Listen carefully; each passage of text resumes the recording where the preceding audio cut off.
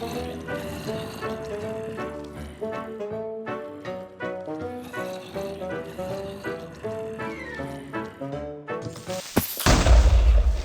this guy. He wants in on the intro too. Oh, no, Brady, the intro! Brady, the intro! He's killing you too. I got kicked too! Oh man, I didn't even get to start yet.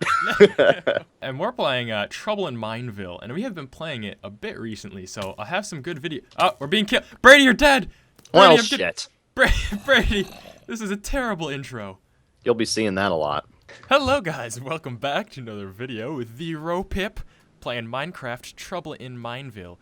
I apologize for not posting some videos because I've been quite busy with college classes, etc. But I'm back! Yay! Oh yeah! Yay! Creepers, yeah! And I'm with Brady. Okay, that was holy. Eat here, That was coach. a cool one. So I'm with Brady, and yeah, we've been playing Trouble in Mineville a bit recently, so I'll have a bunch of videos of that, probably post 2 a week, and hopefully I'll be doing some other stuff too. So yeah, that's pretty much it. Yeah, Brady? it's pretty Gucci. Brady, anything else? Oh yeah, we are on Chill Pad. Oh yeah, we're on the chill pad. So They have chill some. pad. If you watched the videos I posted before, I think I posted some Trouble in Mineville. Maybe like 2 videos. I don't know. Yeah. So they posted. They've had new maps, and one of them has the chill pad. This is basically our domain. Yeah. Brady. Oh, No, shit. Brady. No. Oh, It's you okay. survived. What? Wow. That's Oh, I just thought I could deke it out. that I'm was still alive. that was That was incredible. That was incredible. I thought you were gonna die there. That was incredible. I'm used to dying. You are used to dying. Don't worry, Brady. We're all used to dying. Well, actually, Oh shit! Brady, you just got double teamed, Yeah. and I watched it happen. All right, guys. So for this next section, it's going to be a bit different. I got some very good gameplay, but unfortunately, throughout that gameplay, the commentary was not too good. So Brady and I decided to commentate over it, some post-commentary, as if we were sports announcers and as if it was happening right before us. So it gives some pretty good tips and tricks on how to be a trader. So I hope you enjoy it. Hello everyone and welcome to a new season of Trouble in Mineville with TheRoppip. It is a beautiful day to start our new TIMV season as Roppip travels to an expansion map, Hermit Sands. Of course, I'm Brady. Alongside me is former TIMV All-Star, Robbie. And thank you everyone for tuning in here on this very nice day. Now Robbie, to start this off here, you're the expert. What are you expecting out of Roppip today? I mean, what challenges face him on this tough map, and what do you expect, maybe early season jitters? Yeah, I think that in this map alone, there aren't a lot of chests, so that we might see that come into play. We might see that as a problem, or if he does manage to find stuff, we might see that as actually an advantage over other people.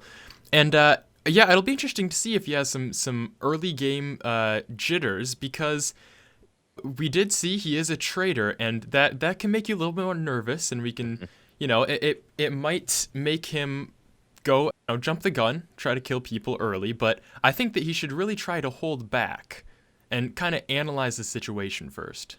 Yeah, and these sewers are always a nice place to be on this map, or so I've been told, of course, because on one side of it, of course, it's really hot out here. This is the desert. It's a nice, cool place down there, but more importantly, it's dark. There's some nice chests down there, and not many people go down there. And here we'll see Roppip picking up his first kill right there. Oh, yeah. Solid kill.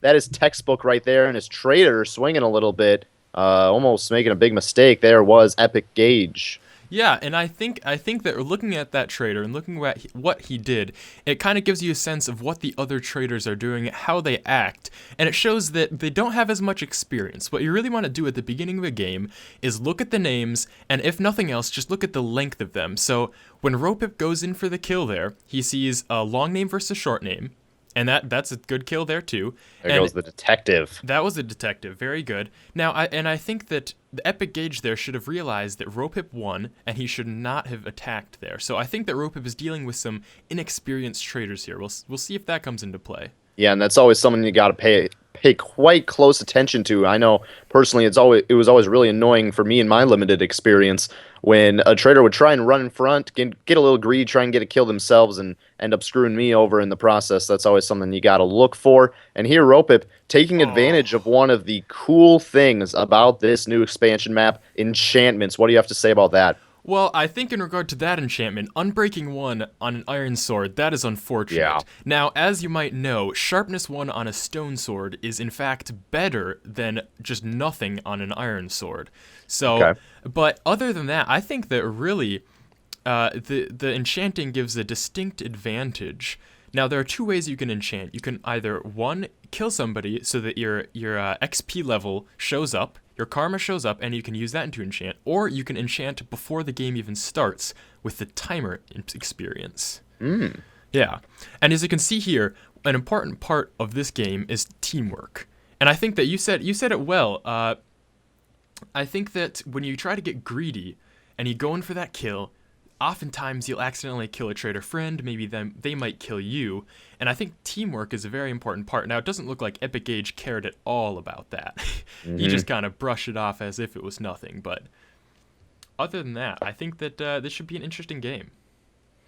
Yeah, so 2 kills here already for Roppip. One of them was a detective, so 3 points. You can see that gaudy karma number. He was really padding the stat sheet in the past season, and we're expecting a little bit more of that. And Snoopy Sound drops down. He just dropped himself into a very bad situation Very there. bad. As someone's calling B&B out to test, even though B&B is doing nothing wrong there. That's a little interesting. That is interesting. Now, oh, and he gets the kill. Now, And see, that is some nice bow work there. that was an interesting impressive. tactic. As you might have seen, he wasn't drawing the bow back all the way, so he could stay in pursuit. He could only draw it back part of the way, and he could run after them and hope he gets that final kill. And he did, so it paid off in the end. Oh, Now, here's something that I've been noticing here. Excuse me for cutting you off. I've been noticing that as time goes on, people are getting a little bit more skilled with PvPing. They're kind of learning to swerve out of the way of shots. Do you think as more people learn how to avoid bow shots, as Roppip gets another detective that here, was that's 2 detectives down and another iron sword, so another shot at it. let's see. And Does it and pay off? Oh Oh, no. unbreaking one Oh, again. and Roppip really he is reeling right now with those iron swords. But as I was saying, do you think that sword play is going to get a little bit more important if people do in fact get better at avoiding bows, or do you think that's not really an issue as of right now? Well, I think it all comes down to the adaptation. I think that as people swerve back and forth, you should really just aim for the middle of them.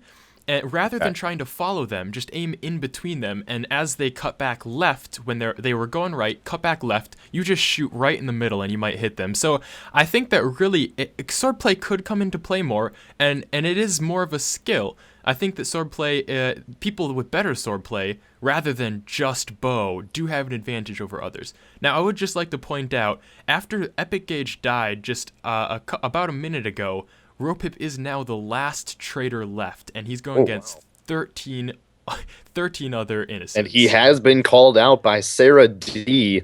And So we'll see B&B. if this might escalate, and B&B throwing him out there while Darian decides to be a dumbass and call him out for thinking B&B is But Now, I'm not sure why he did that. And B&B points out he has, in fact, tested 5 times. yeah, sometimes people are Oh. just really struggling to pay attention up there, and I guess that'll really help out traders when you have innocents that don't really know what they're doing either. And I think what helps out innocence here is Roppip. Now, why? I'm trying to think of why he would just tell them that he is in fact the traitor, and I think I know why. I think it's because he realizes that if they're not coming down to the sewers, this might be a really long game. So I think he's trying to lure them in Yeah. and kill them off. And it looks like somebody asked, "Where are you?" We'll see how this turns out here. He's looking around. I don't think they really know where he is. Yeah, he's got a pretty strategic spot. It's nice and dark down there. Of course, he's got enchanted stuff, which most of these innocents have. I think one thing about enchantments here is it gives traders the advantage because you can't enchant something until you get a kill unless you enchant it before the game starts. Right. So a lot of times innocents won't get kills. It's hard to get their karma to show up, and so traders kind of actually have an advantage on that map, and this is actually kind of nice to see. Yeah, I agree with that. And I think that in regard to this spot, I think it's nice because it really... Oh, it looks like somebody's coming down. We'll see how he deals. Oh, And easy kill. he had no idea that Roppip was there. That was an easy kill. Very easy. Did Oh, get a shot on him though.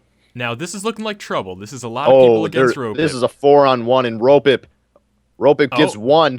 He That's- gets another. He might have already gotten a second. He's actually gotten 3 already. There's a and fourth. that's another one. There's a fifth. Oh my. And there's still two more people, one above, one below. He gets this creeper guy. Creeper guy turns around. That's a person. That was actually very That is a confusing to me. person. And he And gets all of 10 them. kills. He's got double-digit kills, 13 trader points to his disposal right now. That was impressive. Oh my goodness. Now, I can only imagine that he is pretty jittery right now. He doesn't really look Yeah. like he knows what he's doing, and there are more people coming after him. Yep, there's another one, and here comes this bow work here. And I can't imagine his bow work would be on par. I think if he Yeah. would have a little bit more time to buy the creeper arrows, but he doesn't seem to be buying the creeper arrows here. I think that would have really helped in this situation. Yeah, it is kind of difficult. I mean, it's a dark area. That's where Roppip was earlier. It's hard to tell where that guy is, as you can see here. And he does, I believe, get a hit on He him does get a there. hit there. And this guy's going to have to back off, as Roppip is really doing a good job of, if nothing else, intimidating him. And I don't really know why. It was 2 against 1, and they retreated. It could be the long hallway and the arrow. He could have done a lot of damage. He just power 1 bow. But I really think it would have been in their interest to advance on him there, because he could probably only get 1. Okay. And also, what point is it when, as a trader, you kind of just decide, you know what, screw it, I'm going to try and get an easy kill here. And Butterway, again, just Roppip sneaks up behind him. That's easy. That was But very easy kill. I what don't point know do you what he decide, expected. okay, I'm going to just try and get as much as possible? Well, I think that, as you could see, when Roppip was the only innocent left with Traitor. only traitor left with 13 innocents. I think that there are a couple options. He could have gone, as you said, for just that 1 kill and then probably died, maybe 2 kills, or he could hang back like he is and wait for them to trickle to him. That does cause for a bit of a longer game, but I don't think we'll ever see Roppip go for the innocent spoofer, the tester spoofer, because it's really not in his game. I know a couple other players really like it, but I haven't seen Roppip do it, and I don't think we'll see him do it this season.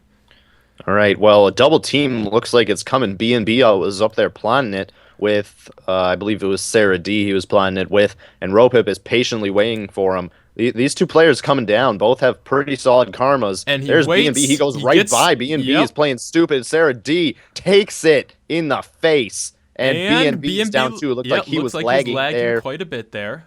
It was lagging there, and that is a 1v1 now. 2 players remain. 13 kill count, 16 trader points. He hasn't used the trader points left, but I don't think we'll see any issue getting the win here. This has really been an amazing match. This is almost unheard of. I mean, not only is it his really the first documented time of him on this expansion map, but I mean, he's even taunting his opponent right now. He is. He's asking who's the traitor. And I mean, and here he's asking, are you bad? Now, that is confidence, I think. Yeah, I mean, there's really nothing you can do if you're Gummy Bear. You just pretty much saw in the chat, well, he's saying he's not stupid, but he wasn't helping anything, so I don't know if I might have to disagree with that. And here's a good problem to have. Whenever you have to clear out your inventory because it's full, you know that you've done a good job. And we see him get 4 creeper arrows, 8. Reaper, arrow, barrage here, 12. 16, 20. He's not going to need this many. He's going for the overkill, though. Just one person left to go. I think he does not want to lose this last fight. He is obviously going to pull it into a bow fight. He's not going to go for the sword. 32 creeper arrows. 32. I don't know if you can compete with that. In my about 8 months of broadcasting Trouble in Mineville, I don't think I've ever seen that before. And 8 months is quite a long time in the online world. You know, a lot can change in 8 months, and you know that's really impressive. And he has spotted him. And that is one. It is a miss, but is a hit with the creeper. Another miss, and the that creeper is it. Kills it. Roppip. GG. 14 kills, 170 karma. That's a good match. I think that's a personal record for Roppip. That is quite amazing what Roppip has done. And that's all the time we have, folks. Thank you for tuning in. And hopefully you'll be back later. Yep, I've been Robbie. And this has been Brady. Hope you enjoyed.